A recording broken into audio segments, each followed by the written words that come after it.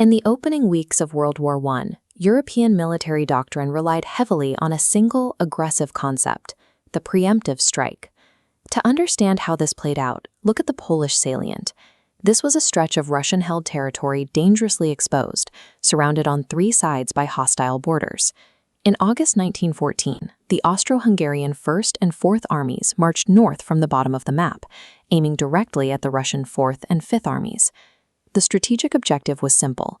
The Central Powers wanted to pinch the base of this pocket, sever the Russian supply lines in the rear, and force a quick end to the conflict in the east.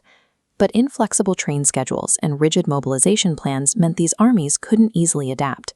Hundreds of thousands of troops were funneled into a confined space, guaranteeing a massive, chaotic collision. This strategic map illustrates exactly where that collision happened. By late August, General Dengel's 1st Austro-Hungarian Army successfully captured the town of Kraśnik, but that initial momentum died quickly. Notice the thick black X markers along the Kraśnik-Komarov axis. Here, near Tarnawka, the advance bogged down into a grueling, static infantry fight. This lithograph shows how state propaganda sold the battle to the public. It depicts a highly structured, orderly bayonet charge, full of 19th-century pageantry. The ground truth was a mechanized slaughter. The Austro-Hungarian forces suffered heavy casualties, and their rapid advance stretched their supply lines to the absolute limit. By September 1914, those overextended lines suffered a massive rubber band effect. Fresh Russian reserves surged downward, violently pushing Austro-Hungarian forces back toward their starting borders. The Russians anchored their defensive line around the Vistula River's massive fortress of Deblin.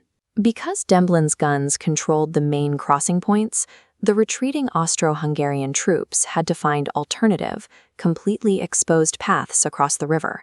A single geographic strongpoint neutralized the numerical advantage of the attackers. A war designed for rapid movement collapsed into a concentrated, muddy stalemate. How do you execute a desperate river crossing with a fully operational enemy fortress on your flank?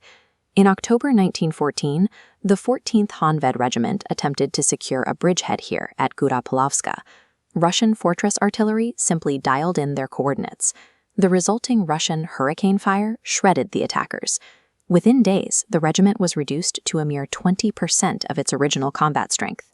Between the thick autumn mud, failing supply trains, and lethal river bottlenecks, the pre-war fantasy of a swift and sterile victory evaporated entirely. The deadlock finally broke in the summer of 1915. Following a massive breakthrough at Gorlice, a combined Austro-German offensive swept eastward, pushing the Russian army out of the region.